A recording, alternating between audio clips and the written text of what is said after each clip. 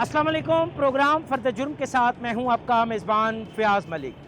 नाज़रीन, CIA के KR staff ने ख़वातीन को अगवा करके उनसे ज़बरदस्ती जिस्म फ़रोशी कराने और उन्हें सिंध बलोचिस्तान के दूर अफ्ताद इलाकों में लाखों रुपए के एवज़ फ़रोख्त करने वाले एक गिरोह को गिरफ्तार किया है। पुलिस ने इस गिरोह को कैसे गिरफ्तार किया है, किन पहलुओं पर तफ्तीश की है और इनसे कितनी ख़वातीन को बरामद किया है, ये सब कुछ दिखाएंगे हम आपको आज के प्रोग्राम में। आइए हमारे साथ।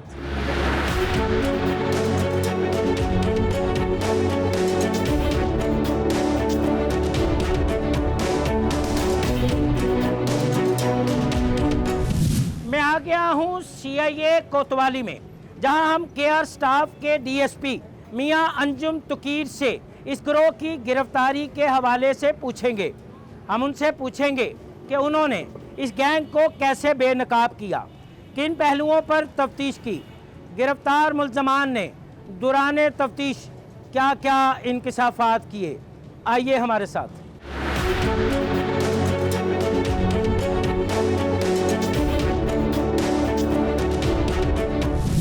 मेरे साथ मौजूद हैं DSP KR स्टाफ मियां अंजुम तुकीर।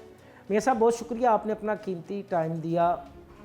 एक ऐसे गैंग को गिरफ़्तार करना जो ख़वातीन को अगवा करके उनसे ज़बरदस्ती जिस्म फ़रोशी करवाता था, उन्हें दूर अफ्ताद के अज़ला में लाखों रुपए के एवज़ बेच देता था, कैसे और किस तरह ये गैंग आया कानून की गिरफ्त में? ये 31 दिसंबर 23 को कामरान ने एक FIR दर्ज करवाई, एप्लीकेशन दी कि मेरी बीवी घर से दाता दरबार गई थी, मैं बाहर खड़ा था और 2-3 घंटे इंतज़ार किया, वापस नहीं आई। उसके बाद मैंने बड़ा तलाश किया अपने रिश्तेदारों से भी, लेकिन बीवी जो है वो मुझे नहीं मिली। 1 जनवरी 2024 को ये मुकदमा दर्ज हुआ। यानी साल का पहला मुकदमा अगवा का? पहला नहीं था, 12 नंबर मुकदमा था, यानी 8-10 अगवा का। जी, अगवा का पहला कह सकते हैं उसको, अगवा का पहला कह सकते हैं। उस सिलसिले में दाता दरबार में FIR दर्ज हुई, इन्वेस्टिगेशन पुलिस इस पर काफ़ी काम किया, बड़ी मेहनत करती रही। उसमें मसला ये आ रहा था कि आपको ये टास्क कैसे मिला? पहले कुछ 4-1 माह उन्होंने ख़ुद किया, फिर सीनियर अफसरान ने OCU को टास्क दे दिया, क्योंकि अगवा बराए तावान लड़कियों का, बच्चों का अगवा, उस पर ज़्यादा हम लोग काम करते हैं। हमारा डिपार्टमेंट जो है KR staff kidnapping for ransom नाम से पहचाना जाता है और ये अगवा के सिलसिले में हमारी काफ़ी इस पर हम काम करते हैं, ख़ास तौर पे छोटे बच्चों के अगवा के स्पेशलिस्ट हैं। स्पेशलिस्ट। तो इस FIR ये हमें टास्क मिल गया। इसमें हमने जब वर्किंग शुरू की तो मुकामी पुलिस ने भी काफ़ी काम किया था इस पे, दाता दरबार ने उनसे कुछ चीज़ें ली, कुछ खुद से तलाश की। तो एक मूवी में हमें आमना एक औरत, बुरके वाली औरत के साथ जाती हुई नज़र आई, फिर हमने उसको ट्रैक किया। अच्छा अंजुम साहब, तफ्तीश आपके पास जब आई तो आपने आगाज़ किन मुहरकात को सामने रखा, किस पहलू को सामने रख के तफ्तीश शुरू की आपने? देखिए, जब भी कोई तफ्तीश आती है तो उसका जो मुनासिब और बेहतरीन तरीक़ाकार होता है कि आपको सबसे पहले मुद्दई से मिलना चाहिए। आपको मुद्दई से बहुत सारी इन्फॉर्मेशन मिलती है। दूसरा जो उसमें स्टेप जो आपने लेना होता है वो आपने मौका विज़िट करना होता है। जब आप मौके पे जाते हैं, मौका देख के भी आपको बहुत सारी चीज़ें समझ आती हैं। क्राइम सीन कह लें, मौका कह लें, जाए वकूफ़ कह लें। जाए वकूफ़ पे अगर आप समझते हैं, क्राइम सीन को आप समझते हैं, क्राइम सीन से आप एविडेंस कलेक्ट कर सकते हैं और उसको प्रॉपर आगे इस्तेमाल में ला सकते हैं, तो वो क्राइम सीन आपके लिए बड़ा अहम है। दूसरी जगह हम क्राइम सीन गए जहाँ पे दाता दरबार, वहाँ से फिर हमने उसको ट्रैक करना शुरू किया। वो मोनी रोड पे एक औरत के साथ, नामालूम औरत बुरके वाली जिसके साथ वो जा रही थी, उसको हम ट्रैक करते करते एक जगह पे पहुँचे। वहाँ पे एक जगह एक PCO में वो औरत गई। उस तारीख़ का PTCL का रिकॉर्ड निकाल के, नंबर निकाल के हम चलते उस औरत के खामन तक पहुँचे, उसको पकड़ा। फिर वो औरत पकड़ी गई, फिर हमें पता चला कि ये बेच दी गई है आमना। फिर इस तरह करते करते हमने अच्छा, आपके कहने का मतलब है कि आमना दाता दरबार से अगवा हो गई, आपने उस ट्रैक पे चलना शुरू कर दिया, आपका ट्रैक मोनी रोड पे एक पीसीओ पे आके रुका, वहाँ फिर आपने वहाँ का जो टेलीफोन रिकॉर्ड है वो निकाला, फिर उसके बाद अच्छा, इसमें जब हम कहते हैं ना कि आमना अगवा हो गई, तो आम आदमी के जहन में ये आता है, अगवा का मतलब ये होता है किसी को ज़बरदस्ती। पकड़ा, उसको बेहोश किया, उसके हाथ पांव बांधे, उसको खींच के गाड़ी में फेंक दिया, उसको कोई इंजेक्शन लगा दिया, उसको कोई नशावर चीज़ दे दी, उसके हाथ पांव बांध दिए। अच्छा, ये जो दाता दरबार से ये जो केस हुए हैं या हो रहे हैं या होते रहे हैं, वो और तरह के हैं। होता ये है, मैं थोड़ा सा, ये ज़रूरी बात है, ये बात ज़रूरी भी है और एक पैगाम भी है आने वाले लोगों के लिए और तमाम लोगों दोस्तों के लिए। दाता दरबार में नॉर्मली लोगों का एक कॉन्सेप्ट है कि वहाँ पे सोने की और खाने की जगह है, यानी आपको 3 टाइम का खाना मिल जाता है और रात को सोने की जगह में। बहुत सारी लड़कियाँ जो घरों से भागती हैं, बहुत सारी लड़कियाँ जो किसी मजबूरी से घर छोड़ के आ जाती हैं, बहुत सारी ऐसी लड़कियाँ जिनके रहने के लिए कोई जगह नहीं होती, इस तरह की औरतें और लड़कियाँ दाता दरबार आ जाती हैं। आगे दाता दरबार में मुख्तलिफ़ किस्म के गैंग हैं, अच्छा। लोग हैं, वो इस तरह अकेली लड़की, परेशान लड़की को बैठा देखते हैं, उसके बाद वो उससे पूछते हैं, भाई बेटा तुम्हें क्या मसला है। उनमें औरतें भी शामिल हैं, जिस तरह हमारा आमना वाले केस में एक किरण नाम की औरत है जिसने उसको वर्गलाया। यानी वरगला फुसलाकर ये वारदात हाँ। का जो है तरीका है। वो आगे होता इस तरह है कि वो जब आती है औरत, किसी लड़की कोई घर से, अब इसमें इस तरह भी हुआ कि खावन से लड़के औरत दाता दरबार आ गई, इस तरह भी हुआ कि घर की परेशानी से किसी से एक औरत दाता दरबार में। और तीसरा जो वाक़या बड़ा नॉर्मली बहुत ज़्यादा वाक़यात हो रहे हैं, वो इस तरह होता है कि जवान लड़कियां जो बेवकूफ़ होती हैं, उनकी उम्र कम होती है, 16, 15, 17, 18, उस उम्र में कोई लड़का उनको ट्रैप कर लेता है, वो लड़के से मिलने आ जाती हैं अपना घर पर छोड़ के। लड़का 2 से 3 दिन, एक दिन उसको अपने साथ रखता है, कोई 5 दिन रखता है, कोई 3 दिन रखता है, उसके बाद लड़का उससे जान छुड़वा लेता है, उसको कहीं बुलवा के कहीं छोड़ के खुद गायब हो जाता है। जब वो लड़का भी गायब हो जाता है तो लड़कियां मुड़ के पीछे देखती हैं। अब वो ना तो अपने घर जा सकती हैं, घर से आए हुए उसे आज तीसरा या चौथा दिन है। अब वो लड़की जो घर से भाग के आ गई है 16 साल की, ना वो अपने घर वापस जाती है, और लड़का जिसके सहारे पे वो ये सोच के आती है कि ये मेरे से प्यार करता है, मेरे से इसकी सच्ची मोहब्बत है और इससे ये मेरे से शादी करेगा, वो लड़का गायब हो जाता है। आमना केस में क्या था? मज़ीद माफ़ी चाहूँगा, थोड़ी सी और बात बता दूँ। जब वो लड़का गायब हो जाता है तो लड़की जो है उसके पास कोई रास्ता नहीं होता, ना पीछे का ना आगे का, मजबूरन वो दाता दरबार चली जाती है। दाता दरबार में जब कोई अकेली औरत लड़की परेशान बैठी होती है तो वहाँ पे बहुत सारी लड़कियाँ और लड़के फिर रहे होते हैं, वो उसके पास जाते हैं। यही मामला आमना केस में हुआ। अच्छा। आमना वहाँ पे बैठी हुई थी, अपने खामद से किसी बात से नाराज़ हुई, थोड़ी सी मामूली बात पे लड़ाई झगड़ा हो गया, उससे नाराज़ होकर वहाँ पे आकर बैठ गई। वहाँ पे ये जो लोग आते हैं ये मुख्तलिफ़ तरीके से औरत को ट्रैप कर लेते हैं। अगर एक बुज़ुर्ग आदमी है तो वो उस औरत को आके कहेगा कि तुम मेरी बेटी हो, मेरे घर में बेटी कोई नहीं है, तुम मेरे साथ चलो, मैं तुम्हें बेटी बना के रखूँगा।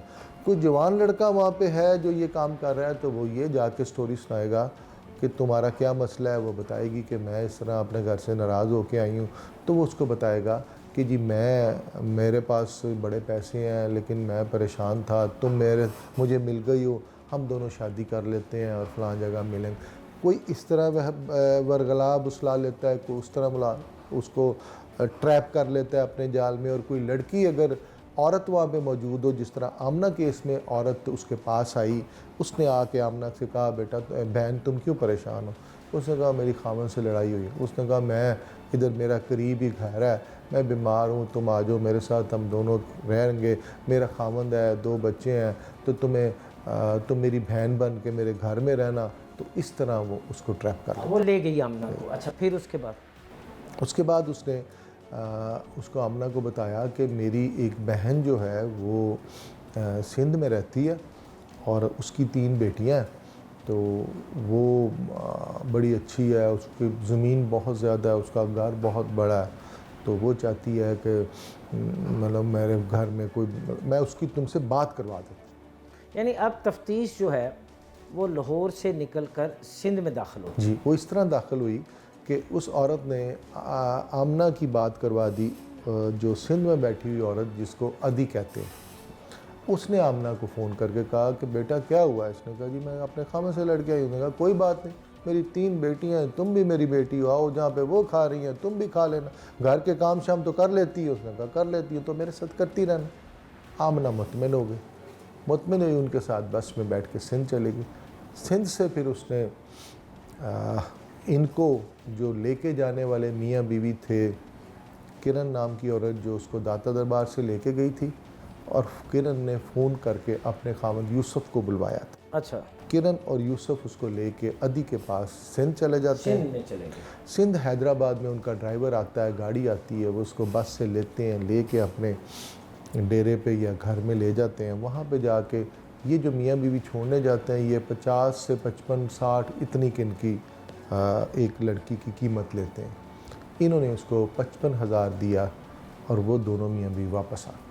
उसके बाद आमना को उन्होंने वहाँ पे रखा, एक आध दिन नहलाया, अच्छे कपड़े दिए। दूसरे दिन उसको बताया भी तुमने तो ये काम करना है। उसके साथ 1-2 लड़कों ने ज़्यादती की। उसके बाद उसको एक जगह आगे बेच दिया, जिनके पास बेचा उन्होंने आगे इसको डेरा मुराद जमाली एक ज़िला है, वहाँ पे एक बड़ा रूरल सा एरिया है, वहाँ बेच दिया। वहाँ बेच दिया। वहाँ ये एक घर में रहना शुरू हो गई। बंदे ने इसको अपने साथ रख लिया, सारा दिन खेतों में इससे काम करवाता था, रात को वो घर के काम शाम करती थी। एक दफ़ा आमना ने बताया कि मैंने वहाँ से भागने की कोशिश की, भागी मैं इस तरह के हम सब लोग यानी उसका खावंद भी और उसके दूसरे रिश्तेदार भी एक करीबी गांव में को मज़दूरी करने आए थे, यानी चावल की को फसल लगा रहे थे, तो इसको दूर सड़क नज़र आई। अदरवाइज़ वो जहाँ पे रहते थे वहाँ से कोई 28-30 किलोमीटर दूर थाना था, तो वो सड़क की तरफ भागी। आगे बस स्टॉप था, वहाँ पे खड़ी हुई। वहाँ से कुछ लोगों ने देख के उसको बिठा लिया और उनको फ़ोन कर दिया कि आपकी औरत जो है ना यहाँ पे फिर रही, और वो आके फिर पकड़ के दोबारा ले गए और उन्हें उसको डंडों से बड़ा मारा। उसके बाद उसके ज़हन में जो भागने का ये कोई थोड़ा बहुत कोई था इरादा, वो भी ख़त्म। अच्छा, जब आप आमना तक पहुँचे, आमना को आपने बाजियाब करवा लिया, फिर उसके बाद तफ्तीश ने क्या रुख मोड़ा? आमना को जब हमने बाजियाब करवाया, उसको वापस लेके आए। एक आध दिन उसको अपने घर में बच्चों के साथ दिया। आमना के 3 छोटे छोटे बच्चे थे, एक बच्चे की उम्र 1.5 साल थी, जब गई थी वो साल का भी नहीं था, और एक बेटा 6 और 5 साल के थे। जब एक दिन उनके पास रहने के बाद फिर हमने उससे बड़ी तफसील से सारी चीज़ें डिस्कस की, उसने सारी तफसील बताई। फर्दर हमें पता चला कि इन 2 मियाँ बीवी के अलावा भी यहाँ पे कुछ और लोग इन्वॉल्व हैं, और आमना को जो है बेचने वाली खातून जो है वो सिंध की अदी है। तो फिर हमने यहाँ से तफ्तीश शुरू की, नंबर वगैरह लिए, उनकी डिटेल्स ली, उन पर वर्किंग की, दायरा कार वसी कर दिया। वसी कर लिया। फिर हमारी टीम इंस्पेक्टर आतिफ इमरान, अल्लाह दिता ASI, ये कुछ 8 से 10 लोग सिंध चले गए। वहाँ जाके इन्होंने मुतलका जो DPO साहब हैं उनसे रब्ता किया। DPO साहब ने अपनी एक CI की टीम साथ अटैच की। इन्होंने वहाँ से अदी और उसकी टीम के जो मेन मेंबर असगर और मुबारक, उन दोनों को पकड़ा। जब वहाँ से उन दोनों को पकड़ा तो वहाँ से 2 मज़ीद लड़कियाँ बरामद हुई। अच्छा, 2 मज़ीद? जी, 2 मज़ीद। अच्छा, उन लड़कियों का ताल्लुक किस ज़िले से था? उनमें एक लड़की जिसका नाम फौजिया था, ये मुल्तान की रहने वाली थी, इंतहाई गरीब लड़की थी, 3 बच्चे थे, घर में खाने को कुछ नहीं था।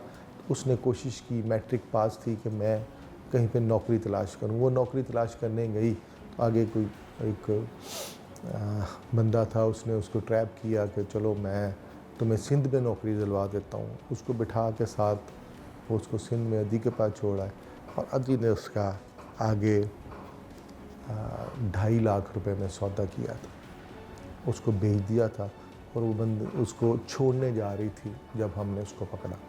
इसी तरह एक और औरत उसने आगे, जिसके 2 बच्चे थे, ये चीचा वतनी की रहने वाली थी, इसके 2 बच्चे थे, इंतहाई गरीब थी ये भी। इसको वर्गला के कि तुम्हें कोई काम देते हैं, बच्चे भी साथ। इसका खावंद ज़हनी तौर पे माजूर था, तो इसको कहा कि तुम्हें कोई काम भी देते हैं और तुम्हारे बच्चे भी पाल जाएंगे। इनको 1.5-2 लाख में कोई सिंध में एक आदमी था जिसकी ज़मीन थी, उसको दे दिया, तो वहाँ से इसको फिर बरामद कर अच्छा, दिया। आप मुझे ये बताएं अंजुम साहब कि टोटल इस गिरोह से कितनी ख़वातीन को आपने बाजियाब करवाया अब तक? इस गिरोह से हमने 3 ख़वातीन बाजियाब करवाई हैं और ये जो खातून है इसने सैकड़ों की तादाद में औरतें बेची हैं। ये तफ्तीश में ये चीज़ सामने जी आई। साहब। और अच्छा। ये लाहौर में सिर्फ नहीं, इसका जो नेटवर्क है वो पूरे पाकिस्तान में है। कितने अफराद पर मुश्तमिल है ये गैंग और अब तक इस गैंग के कितने अरकान आपने गिरफ़्तार किए हैं? हमने टोटल लाहौर से और 3 सिंध से हमने 8 अरकान गिरफ़्तार किए हैं। 8 में 3 ख़वातीन हैं और 5 मर्द हैं। इसके अलावा भी इनका मज़ीद नेटवर्क है जो मकामी पुलिस को हमने सारे क्वाइफ दिए हैं। इनसे रिलेटेड जो चीज़ें हैं हम वहाँ पे फॉरवर्ड कर रहे हैं और वो इनका नेटवर्क वहाँ से भी ब्रेक कर रहे हैं मज़ीद। बात सुनी आपने DSP RK स्टाफ मियाँ अंजुम तकीर की। उन्होंने तफसीलन बताया कि किस तरह अगवा के एक मुकदमे की तफ्तीश उनके पास आई और जब उसकी तफ्तीश की गई उस मुकदमे की, तो की जाने वाली तफ्तीश में हैरान कुन इंकशाफात सामने आए। CIA के RK स्टाफ ने 3 ऐसी ख़वातीन को बाजियाब करवाया जिन्हें जिस्म फरोशी के लिए अगवा किया गया था, जिन्हें मुख्तलिफ़ अजला में लाखों रुपए के एवज़ बेचा गया था। तहम इस गिरोह से पुलिस की तफ्तीश का सिलसिला जारी है। तफ्तीश मुकम्मल होने के बाद इस गिरोह के जो अरकान हैं उन्हें उनके किए की सज़ा ज़रूर मिलेगी।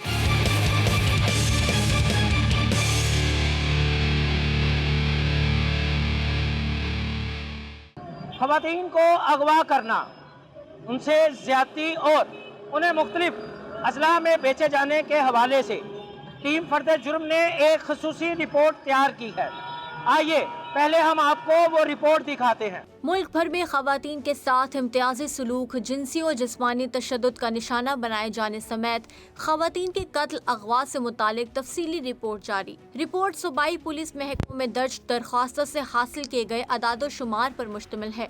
सस्टेनेबल सोशल डेवलपमेंट ऑर्गेनाइजेशन की रिपोर्ट के मुताबिक आबरू रेजी के केसेस में पंजाब सरे फहरिस्त रहा। मुल्क भर में 7 केसेस में से 6,624 केसेस पंजाब में रुनुमा हुए। सिंध में खवातीन के अगवा के सबसे ज्यादा केसेस रिकॉर्ड हुए, जिनकी तादाद 1,666 रही। गैरत के नाम पर कत्ल की जाने वाली खवातीन की रिपोर्ट किए गए केसेस में सिंध पहले नंबर पर रहा। 2023 के दौरान पंजाब, सिंध, खैबर पख्तूनख्वा और बलोचिस्तान में रिपोर्ट होने वाली GBV केसेस का तज्जिया करती है। मुल्क भर में 7,010 केसेस में से 6,624 केसेस पंजाब में रुनुमा हुए, जिसका शरह तनासुब 94.5% रहा। सिंध में 188, खैबर पख्तूनख्वा में 187 और बलोचिस्तान में असमत दरी के 11 वाकयात रिपोर्ट हुए। खवातीन के अगवा केसेस सबसे ज्यादा सिंध में रिपोर्ट हुए, जहां 1,666 खवातीन को अगवा किया गया, जो कि मुल्क भर में होने वाले कुल अगवा का 56.4% है। पंजाब में खवातीन अगवा के 562 केसेस, बलोचिस्तान में 163 और खैबर पख्तूनख्वा में 36 केसेस रिपोर्ट हुए। पंजाब, सिंध और दीगर सूबों में रुनुमा होने वाले केसेस जाहिर करते हैं कि इनकी रोकथाम के लिए एक मुनज़्ज़म निज़ाम की ज़रूरत है। खवातीन को अगवा करना और फिर उन्हें जिस्म फरोशी के लिए मुख्तलिफ अजला में बेच देना, इस गिरोह की गिरफ्तारी में RK स्टाफ के एक तफ्तीशी ऑफिसर हैं AD अंजुम, उन्होंने एक कुलीदी किरदार अदा किया। AD अंजुम ने किन पहलुओं पर तफ्तीश की और कहां कहां रेड किए, दौराने रेड उन्हें किन मुश्किलात का सामना करना पड़ा, इस बारे में हम बात करेंगे AD अंजुम से ही। AD अंजुम, बहुत शुक्रिया, आपने अपना कीमती टाइम दिया। अंजुम, कैसे इस गैंग को आपने गिरफ़्तार किया? ये गैंग काफ़ी अरसा से इधर लाहौर में ये काम कर रहा था। तो फर्स्ट जो हमने तफ्तीश शुरू की थी ना, ये 12/24 दाता दरबार का मुकदमा था, जिसमें आमना किडनैप हुई थी। उसको हमने यानी कि टेक्निकल तरीके से उसका फर्स्ट नंबर ट्रेस किया। नंबर ट्रेस करके फिर सीसीटीवी कैमरों की मदद से हम जो मरकज़ी मुलज़म थी ना फर्स्ट इधर से किरण ज़ौजा यूसुफ, दोनों मियाँ बीवी ने ट्रैप किया था आमना को, उनको हमने यानी कि नंबर से गिरफ्तार कर लिया। ट्रेस किया, गिरफ़्तार किया। तफ्तीश गिरफ़्तार शुरू कर दिया करके हमारी तफ्तीश का आगाज़ शुरू हो गया। फिर अफसरान बाला के हुक्म के मुताबिक हमने उसको इंटेरोगेट किया। इंटेरोगेट करके फिर हमने उन्होंने इंकशाफ किया कि हमने इसको ना सिंध में लतीफ़ा उर्फ़ अद्दी औरत नामी है जिसको हमने बेचा है, फ़रोख्त किया। अच्छा, इस सारे प्रोसीजर में आपने लाहौर के मुख्तलिफ इलाकों में भी रेड किए, जी दीगर अजला में भी रेड किए, फिर सिंध में भी आपने रेड किए। दौरान रेड आपको कितनी मुश्किलात का सामना करना पड़ा? दौरान रेट जो हमारे अफसरान हैं ना, इन्होंने हमें बहुत ज़्यादा सपोर्ट किया है। जो लाहौर के अफसरान बाला इन्होंने भी आगे, हमने सिंध में रेड किए हैं, उधर के अफसराना ने भी हमारे साथ बहुत ज़्यादा कोऑपरेट किया, हर लिहाज से हमें फैसिलिटी दी, जिसकी वजह टोटल कितने रेड्स किए थे इस गैंग को गिरफ्तार करने के? तकरीबन मैक्सिमम 15 से 20 रेड किए हैं। अच्छा, 15 से 20 रेड किए हम। अच्छा जी, फिर उन दौरानों में यानी कि जो हम रेड करते थे ना, पहले हम जो पहले लोग पकड़े होते थे उनको इंटेरोगेट करते थे, उनकी इंकशाफ पे हम आगे रेड करते थे और अल्लाह पाक हमें उन रेड में कामयाब करता अच्छा, था। कितने अरसे में आपने इस केस को ट्रेस किया और इस पूरे गैंग को आपने गिरफ्तार करके उनसे ख़वातीन को बाजियाब करो? ये मैक्सिमम 1.5 से 2 मंथ में हमने ना ये सारा प्रोसीजर मुकम्मल किया। अच्छा, और क्योंकि ये पंजाब में भी थे, सिंध में भी थे, बलूचिस्तान में भी ये लोग थे जिनको हमने यानी कि रेड एक करके पूरा बैनुल पूरा सूबाई गैंग था, पूरे पाकिस्तान का गैंग है ये। अच्छा, इनका तरीका वारदात क्या था? इनका तरीका वारदात ये है कि ये लड़की जो घर से आती है ना नाराज़ होके, उनको ये वर्गला फसला कर इधर से ट्रैप करते हैं, ट्रैप करके फिर ये सिंध में बेच देते हैं। आगे सिंध वाले मुख्तलिफ अजला या मुख्तलिफ एरिए में फिर उनको ना बेच देते हैं। अच्छा, तफ्तीश में आपने किन किन पहलुओं को मलूज़े खातर रखा? तफ्तीश में हमने सबसे पहले तो ये टेक्नोलॉजी की मदद से हम नंबर को ट्रेस करते हैं। अच्छा, फिर जो नंबर होता है उनके वर्सेस हम लेते हैं। अच्छा। वर्सेस के साथ CDRs लेते हैं। CDR के साथ फिर B पार्टी को टच करते हैं, उनकी लोकेशनें, उसके आगे फिर हम ये सारा काम करके ना तो असल मुलज़म तक हम पहुंच जाते हैं। अच्छा, ये 1.5 से 2 माह के दौरान आपने 15 से ज़ायद रेड्स किए इस गैंग को गिरफ्तार करने के लिए। जी, तो कोई ऐसी रेड जिसमें आपको सख्त मज़ामत का सामना करना पड़ा? बहुत सारे रेट ऐसे हुए हैं जिनमें मज़ामत भी हुई है, जिनमें बहुत ज़्यादा मुश्किलात का सामना करना पड़ा है, लेकिन अफसरान बाला की मदद से अच्छा, हमने अब कब तक इस केस की तफ्तीश जो है वो आप मुकम्मल कर लेंगे? तकरीबन ये जितने ये गैंग्स थे ना, उनके 8 अफराद तो हमने अपनी यानी कि गिरफ्तारी हमारी कस्टडी में है, अरेस्ट किए हुए हैं। आगे मज़ीद जो इंकशाफ हैं उनके ऊपर हम वर्क कर रहे हैं। जो सिंध के सूबा में हैं उधर के जो अफसरान बाला हैं उनको सारी डिटेल क्वाइफ हमने भी भिजवा दिए हैं, वो उधर काम कर रहे हैं, हम इधर पंजाब में काम कर रहे हैं। बातें सुनी आपने AD अंजुम की, जो कि इस केस के नुमाया तफ्तीशी हैं, जिन्होंने ख़वातीन को अगवा करने वाले इस गिरोह की गिरफ्तारी के लिए 1.5 से 2 माह के कलील अरसे में 15 से ज़ायद रेड्स किए और इस दौरान उन्हें मुख्तलिफ़ इलाकों में कार्रवाई के दौरान मुश्किलात का भी सामना करना पड़ा। तहम अब उनका कहना है कि तफ्तीश के अमल को जल्द ही मुकम्मल कर लिया जाएगा और मुल्ज़मान को उनके किए की सज़ा जो है वो ज़रूर दिलवाएंगे।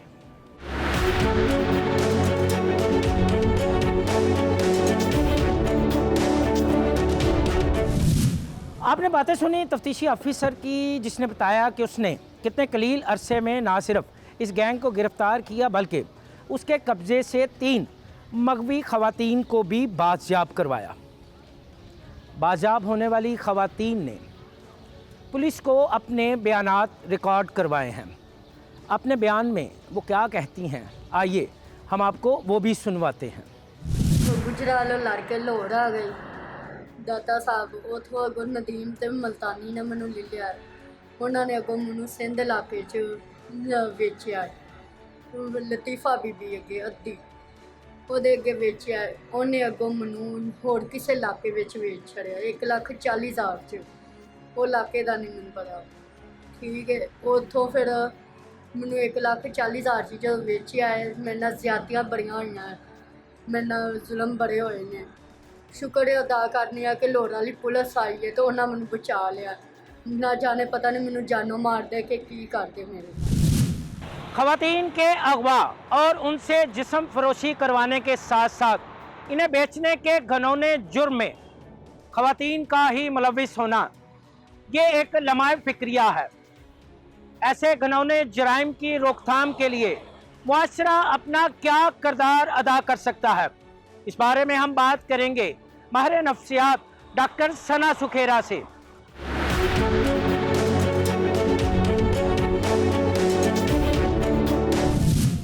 ख़वातीन को अगवा करके उन्हें बेचना, ज़्यादती का निशाना बनाना, ऐसे वाक़यात में रोज़ बरोज़ इजाफ़ा देखने में आ रहा है।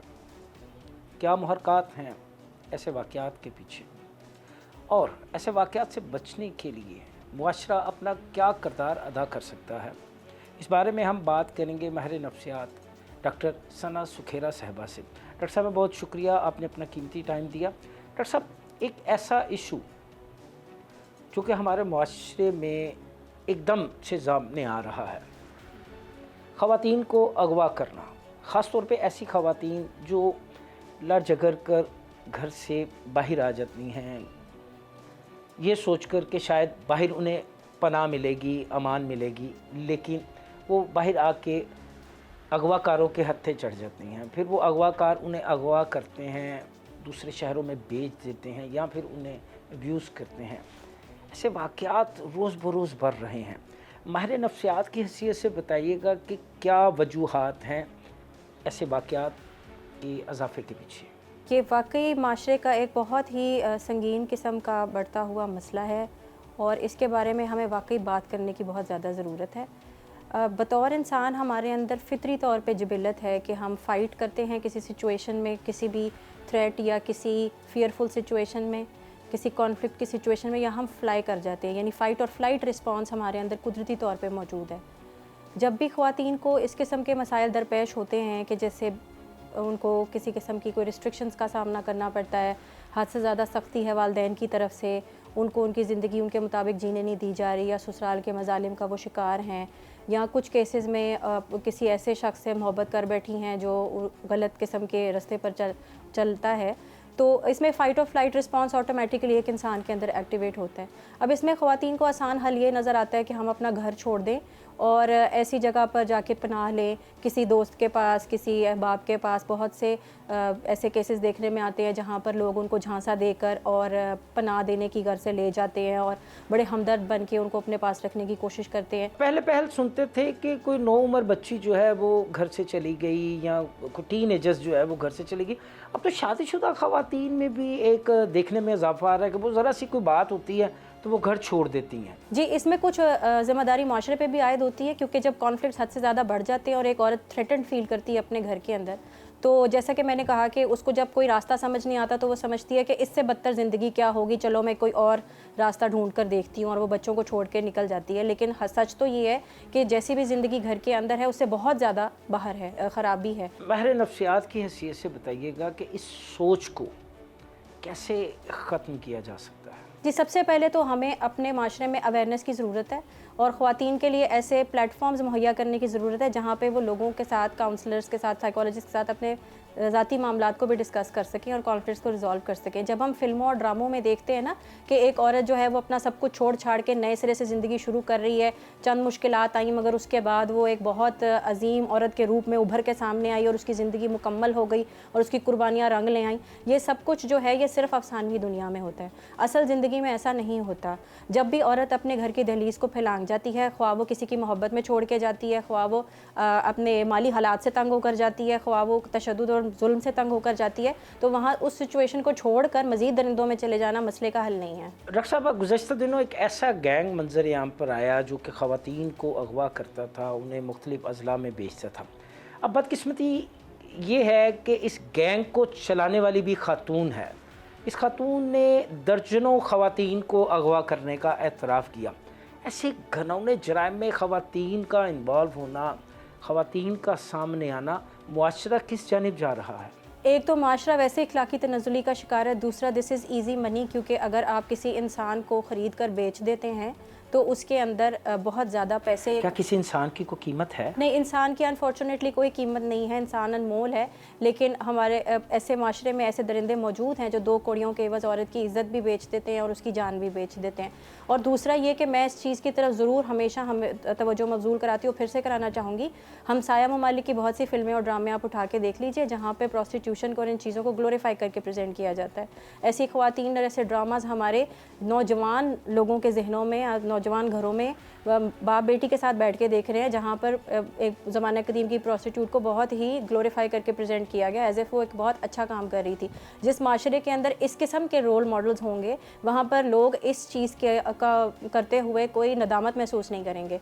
तो इसलिए मैं तमाम पेरेंट्स से भी अपील करती हूँ कि प्लीज़ इस चीज़ को ज़रूर मॉनिटर करें कि आपके बच्चे टीवी पर और मोबाइल फ़ोन पर क्या देख रहे हैं। इसके अलावा आप अपनी बच्चियों पर और अपने बच्चों पर भी गहरी नज़र रखें कि वो ऐसे लोगों की दरिंदगी का शिकार ना हों और ऐसे लोगों को सज़ाएं सख्त से सख्त दी जाएं, ताकि उसके बाद उनकी ये हिम्मत ना पड़े कि वो किसी की बेटी को इस तरह से एक्सप्लॉइट कर सकें। बातें सुनी आपने माहिर नफ्सियात डॉक्टर सना सुखेरा की। ख़ास तौर पर छोटी उम्र की बच्चियों के लिए उनका पैगाम है कि छोटी छोटी बातों पर घर से झगड़ कर घर को छोड़ना कोई दानिशमंदी नहीं। घर एक मजबूत किला है और इस किले में वो महफूज हैं। उनका मज़ीद ये भी कहना है कि मुआशरे के ऐसे दरिंदों को जो कि ख़वातीन की ख़रीदो फ़रोख्त में मुलविस हैं, उन्हें करार वाकई सज़ा देना वक्त की अहम ज़रूरत है।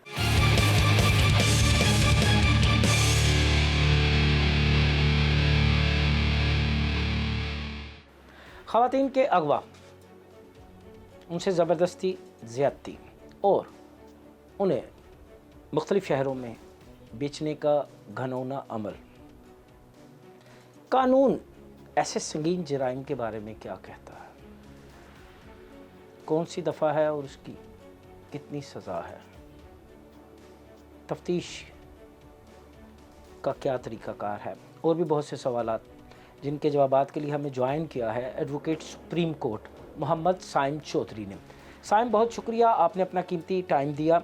ख़वातीन को अगवा करना, ज़्यादती का शिकार बनाना और फिर उन्हें बेच देना, क्या कहता है कानून ऐसे घनौने जुर्म के बारे में? लॉ में तो प्रोविजंस मौजूद हैं। जैसे आपने बाइंग एंड सेलिंग के लिए ख़वातीन के लिए बाकायदा पीपीसी में सेक्शन 371 ए है, सेक्शन 372 बी है।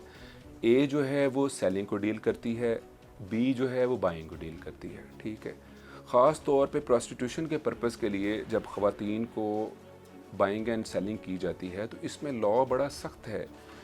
मसला ये है कि यहाँ पे हमेशा हमारे लॉ को मिसयूज़ किया जाता है। अगर जिनसी तशद्दुद की बात करते हैं, रेप वगैरह की बात करते हैं, तो उस पर भी हमारी पीपीसी की सेक्शन 375 और 376 जो है वो रेप को डील करती हैं।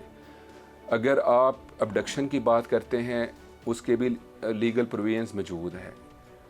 बात ये है कि विटनेस प्रोटेक्शन भी अब तो फेडरल गवर्नमेंट ने बाकायदा anti rape investigation and trial act भी 2021 मुतारफ़ करवा दिया है, वो बाकायदा इम्प्लीमेंट हो रहा है। उसके लिए स्पेशल कोर्ट्स भी बन गई हैं। ठीक है, लेकिन आप सबसे पहले इसको देखेंगे कि इसको इम्प्लीमेंट कैसे करना है। ये ऐसे ऑफेंसेस हैं, सबसे पहले तो जो ख़वातीन हमारी सोसाइटी में सोशल इसको बुरा समझा जाता है, हमारी फैमिली डिस्करेज किया जाता है कि आप इस ऐसे ऑफेंसेस को रिपोर्ट ना करें। प्रोस्टिट्यूशन के ज़्यादा से ज़्यादा जो ऑफेंसेस होते हैं उसमें क्योंकि स्टेट विटनेस बनती है, स्टेट कंप्लेनेंट बनती है, तो इसमें भी बाज़ औक़ात वो ऐसे सोशल इन्वायरमेंट आ जाता है जिसमें बाकायदा हमारे ख़ास तौर पे मुल्क में ऐसी सोसाइटी में वो कोशिश की जाती है कि जी ये इन कैमरा वो चीज़ें जो हैं ना वो ना आएँ। ठीक है, वो सोसाइटी में लोगों को ज़्यादा से ज़्यादा पता ना चले, क्यों कि उन ख़वातीन की बेहुरमती के लिए। लेकिन इसको दूसरे एस्पेक्ट से अगर देखा जाए तो अगर जब तक सोसाइटी में इसकी रोकथाम नहीं की जाएगी, इसके लिए बाकायदा लॉ जो है वो सख्त नहीं किया जाएगा तो उसमें ऐसे ऑफेंसेस लोग ख़ास तौर पे जो मुल्ज़मान हैं, जो ये ऐसे वाक़यात में मुलव्वस होते हैं, जो बाइंग एंड सेलिंग करते हैं, उनको एक हौसला अफजाई मिलती है। तो इसलिए फ़याज़ साहब मैं जो अर्ज़ करूँगा, अब ये लॉ तो ट्रायल के लिए भी स्पेशल लॉ आ गया। अच्छा सर, लॉ मौजूद है, हर जुर्म की जो है वो दफ़ा भी मौजूद है, सज़ा भी बताएं कि इनकी सज़ा क्या है? देखें, ख़ास तौर पे जो आप 25 ईयर पनिशमेंट है, इवन के बाइंग एंड सेलिंग की भी 25 ईयर पनिशमेंट है, नॉन बेलेबल ऑफेंसेस हैं। रेप के भी आप देख लें, उनकी डेथ सेंटेंस तक है ऑफेंस की, ये 375 और उसकी सज़ा 376 में है रेप के लिए, ठीक है। मसला तो ये है कि उस सज़ा को अगर विटनेस प्रोटेक्शन जैसे आप बाकायदा लॉ में बाकायदा इनके लिए स्पेशल कोर्ट्स बन गई हैं, अब जो इस हालात में एक खूब पैदा हुई है कि सोसाइटी में कम से कम ख़वातीन को जो पहले ये इस तरह की जो एक आप समझ लें कि डेफिशिएंसी थी लॉ में, वो इस लॉ के ज़रिए फेडरल गवर्नमेंट ने एक बाकायदा लेजिस्लेशन की है और बाकायदा इनकी स्पेशल कोर्ट्स बन गई जो एंटी रेप ट्रायल करती हैं। गुज़श्ता दिनों पुलिस ने एक गैंग गिरफ़्तार किया। वो गैंग दाता दरबार और शहर के जो दीगर इलाके हैं वहाँ से वो ख़वातीन को अगवा करता, उन्हें जिनसी ज़्यादती का निशाना बनाने के बाद उन्हें दूर दराज के अजला में जो है उन्हें बेच देता था। इस गैंग की जो सरगना थी वो भी एक खातून थी। ख़वातीन अब ऐसे घिनौने जराइम में सामने आ रही हैं, क्या कहते हैं आप इस बारे में? देखें, इसमें जुर्म जो है वो ये नहीं देखता कि एक खातून कर रही है या एक मेल कर रहा है, देखा जाना है कि ग्रेविटी ऑफ ऑफेंस क्या है। वैसे तो लॉ में ख़वातीन के लिए अगर कोई ऑफेंस किया जाता है तो थोड़ा सा उसमें ये लॉ में डेफिशिएंसी है कि ख़वातीन की हद तक अगर वो ऐसे ऑफेंसेस जिनकी 10 साल तक सज़ा है वो बेलेबल तस्वर होते हैं, ठीक है। उससे ज़्यादा जो पनिशमेंट के ऑफेंसेस हैं उसमें वो नॉन बेलेबल ऑफेंस होते हैं। बाज़ कात मिस यूज़ ख़वातीन या ख़ास तौर पे माइनर जो बच्चे हैं, आजकल एक ट्रेंड बन गया है एक हमारी सोसाइटी में कि ऑफेंस करने के लिए एक विलफुली मेंजरिया इसमें मुल्ज़मान के एक जो मेंजरिया उनके क्या होता है ज़हन में कि वो बच्चों को यूज़ किया जाता है, ख़ास तौर पे जो प्रॉपर लाहौर में ख़ास तौर पे और ये पंजाब के इलाकों में जहाँ पे बड़ी एक क्रॉनिक दुश्मनियाँ होती हैं, वहाँ पे आजकल क्या किया जा रहा है कि छोटे बच्चों से ऑफेंस कराए जाते हैं। या जिस तरह आपने फरमाया कि ख़वातीन ये इसलिए भी ये उनके जहन में माइंड होता है या मंशियात वगैरह को बेचने के लिए भी ख़वातीन को विलफुली यूज़ किया जाता है। खातून अगवा करती है, फिर उससे ज़बरदस्ती ज़्यादती करवाती है, फिर उसको दूर दराज के अजला में बेच देती है। कानून बेशक जेंडर के बारे में नहीं है, कानून एक जैसा है चाहे वो कोई खातून जुर्म करे या कोई मर्द करे, लेकिन जैसे कि आपने बताया कि 10 साल से कम जुर्म में जो है वो उसकी ज़मानत हो जाती है। क्या आप नहीं समझते कि ये ऐसे जराइम को बढ़ावा देने में मदद मिलती है?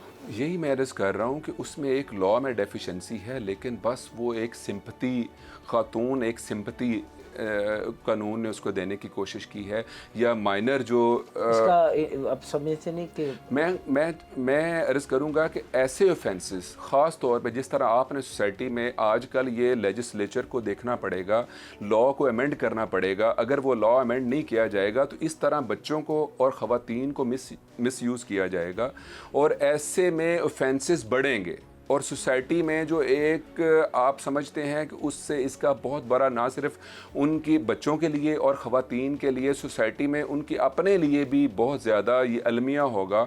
उनकी जो एक एहतराम है माशरे में या बच्चों के लिए ख़ास तौर पे एक हमारी सोसाइटी में देखा जाता है कि ये बच्चा जो है उसको मासूम समझा जाता है, ख़वातीन को मासूम समझा जाता है। तो अगर आप लेजिस्लेचर को देखना पड़ेगा ख़ास तौर पे ऐसे ऑफेंसेस जो टेररिज्म है, ख़ास तौर पे आपने देखा होगा कि आजकल सुइसाइडर भी आपने एक वाक़या देखा था कि बलूचिस्तान के गालिबन इलाका था या ऐसे बेशतर ठीक है, वाक़यात हैं। ख़वातीन सुइसाइडर के लिए भी उसको विलफुली प्लान करना या ख़ास तौर पे ये जिस तरह आपने सोसाइटी में बताया कि इस तरह के ऑफेंसेस में बाइंग एंड सेलिंग के लिए और बाकायदा अगवा वगैरह के मुकदमात में बाकायदा, और जिस तरह मैंने आपको एक हाईलाइट की है जो ख़ास तौर पे ऐसे as a being a criminal lawyer में हमने जो नोटिस किया है कि बच्चों को भी ये प्लांट किया ऐसे वाक़यात की रोकथाम के लिए बहसियत एडवोकेट बताएं मुआशरे को क्या करना चाहिए? देखिए, मुआशरे को जब तक अवेयरनेस ना मिलेगी, जब तक एक अवेयरनेस, देखें विटनेस प्रोटेक्शन या विक्टिम प्रोटेक्शन की सिर्फ ज़रूरत नहीं होती, आप बाकायदा विक्टिम्स को और विटनेसेस को बाकायदा आपको एक सोसाइटी में अवेयरनेस देनी पड़ेगी। बातें सुनी आपने advocate Supreme Court Mohammad Saim Chaudhary की। उनका कहना है कि ऐसे वाक़यात की रोकथाम के लिए मुआशरे को सामने आना होगा, ज़बानी जमा खर्च की बजाय अमली इक़दाम करने होंगे। आपने देखी जुर्म की ये दास्तान, किस तरह पुलिस ने ख़वातीन को अगवा करके उनसे जिस्म फरोशी करवाने और उन्हें दूर अवताद अजला में बेचने वाले गिरोह को गिरफ्तार किया। गिरफ्तार मुल्ज़मान से मुख्तलिफ पहलुओं पर तफ्तीश का सिलसिला जारी है, लेकिन यहाँ प्रोग्राम फर्द जुर्म का वक्त ख़त्म हुआ चाहता है। अगले हफ्ते नए प्रोग्राम के साथ दोबारा आपकी खिदमत में हाजिर होंगे। तब तक के लिए मुझे और मेरी टीम को इजाज़त दीजिए। अल्लाह हाफिज़।